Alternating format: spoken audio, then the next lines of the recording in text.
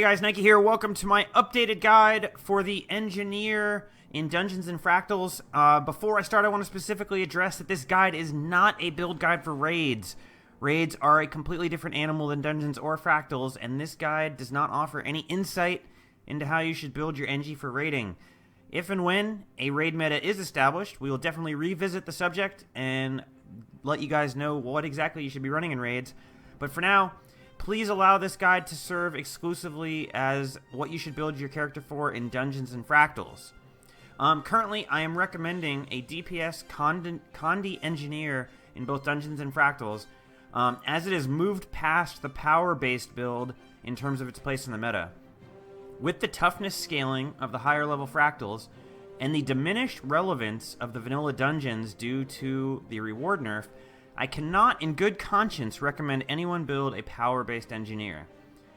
While this is not a raid build guide, we have seen that there are raid bosses in the beta who only take condition damage, and that is another nail in the coffin of a power-based engineer. Therefore, it is our collective opinion that the best build for an engineer is a condition damage-based build. And we have some new goodies for you for that in Heart of Thorns. So without further ado, let's get into the gear.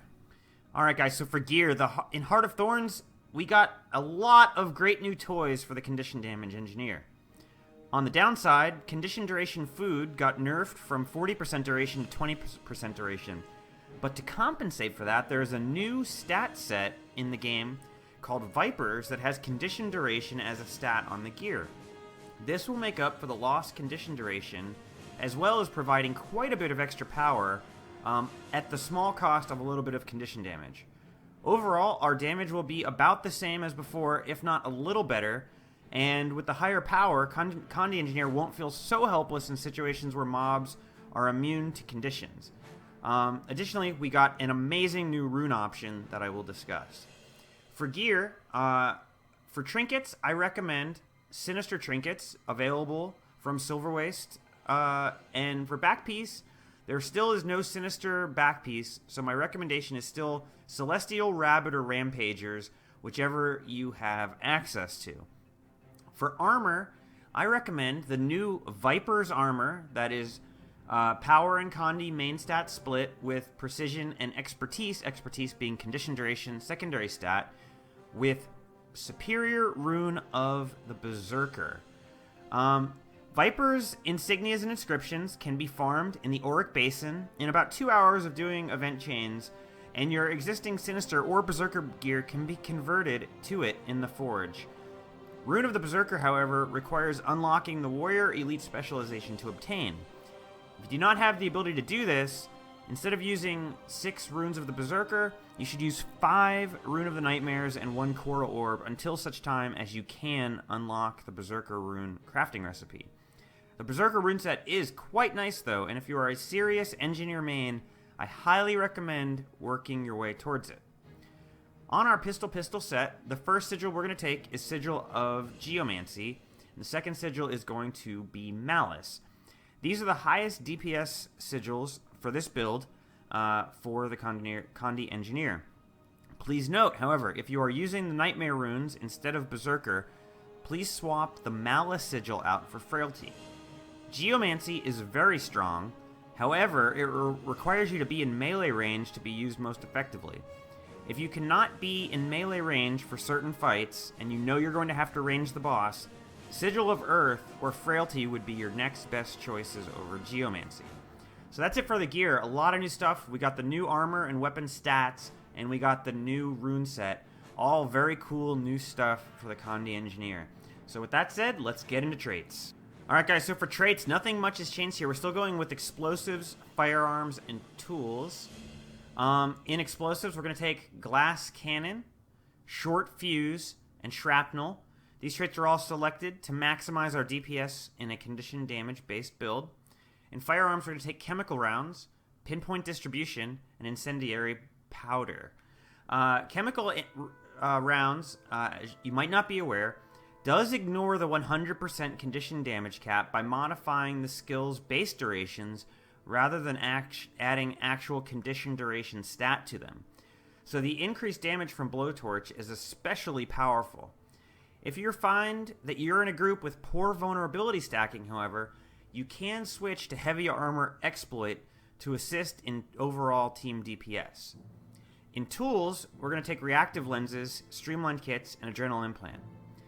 Static Discharge would be a great choice, however, the animation is buggy and it is disruptive to your DPS rotations in normal gameplay, and for the most part, you should use Reactive Lenses.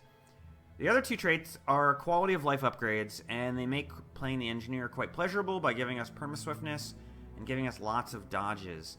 So that's basically it for traits. Nothing much here has changed from before, so there shouldn't be so much confusion about that. So let's move on and discuss consumables. So consumables are an important DPS upgrade for condition damage builds. It is even more so than in power-based builds. It is super important that a condition damage-based build use food. Food for a condition damage-based build that I recommend is Rare Veggie Pizza and Toxic Focusing Crystals. Between the two of them, your condition duration is buffed by 30%. You can think of that almost directly as a 30% damage boost. Whereas using good food in a power-based build might be around a 10% damage boost overall.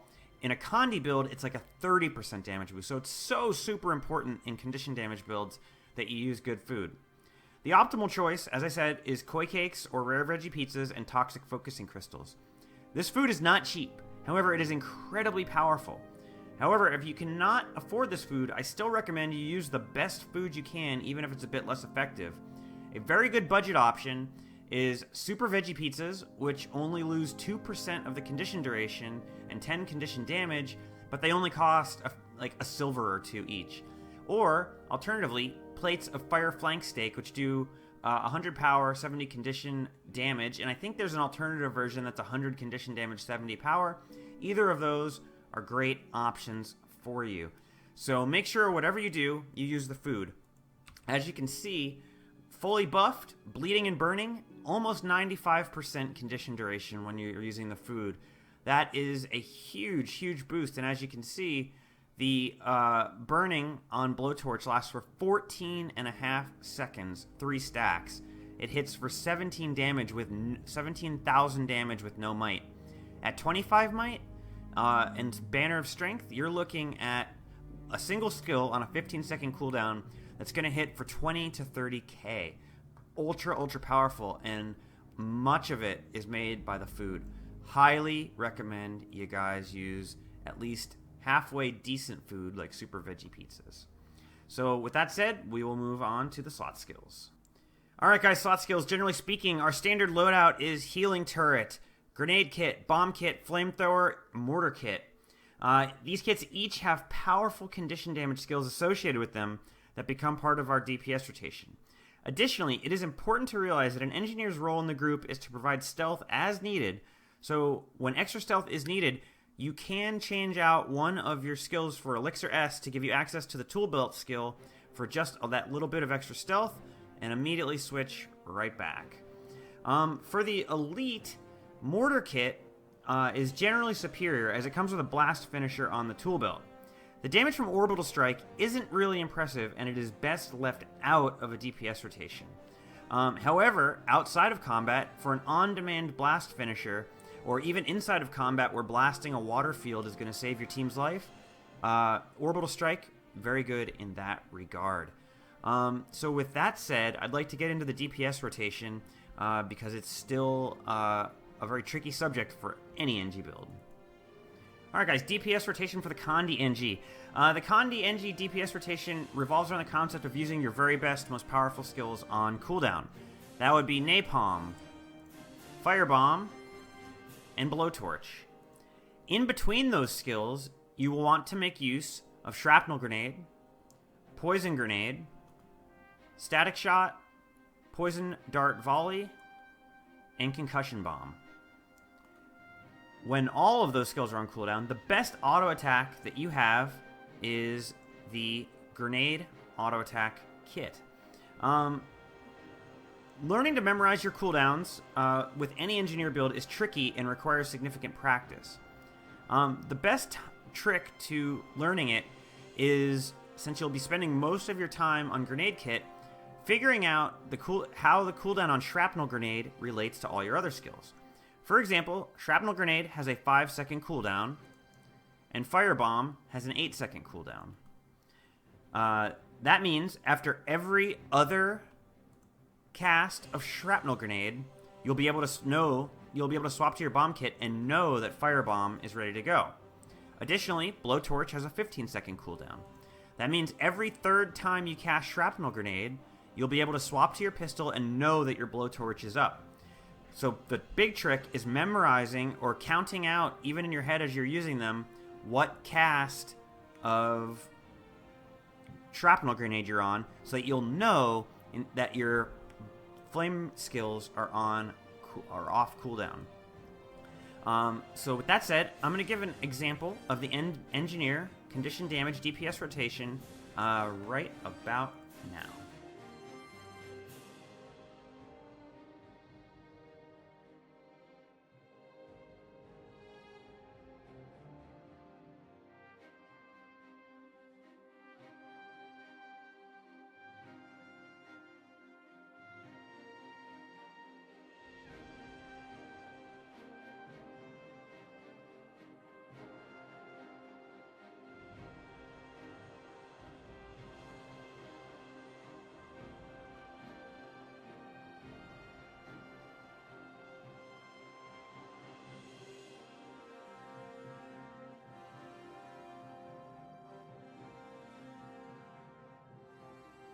Alright, so that is it, guys. I hope you enjoyed the updated Engineer build guide, and if you have any questions, please feel free to ask me in the comments, and I will do my very best to answer them. I hope you greatly enjoyed the video, and I hope to see more Con-DNGs out there completely wrecking shop with 20 stacks of burning on bosses. See you guys out there.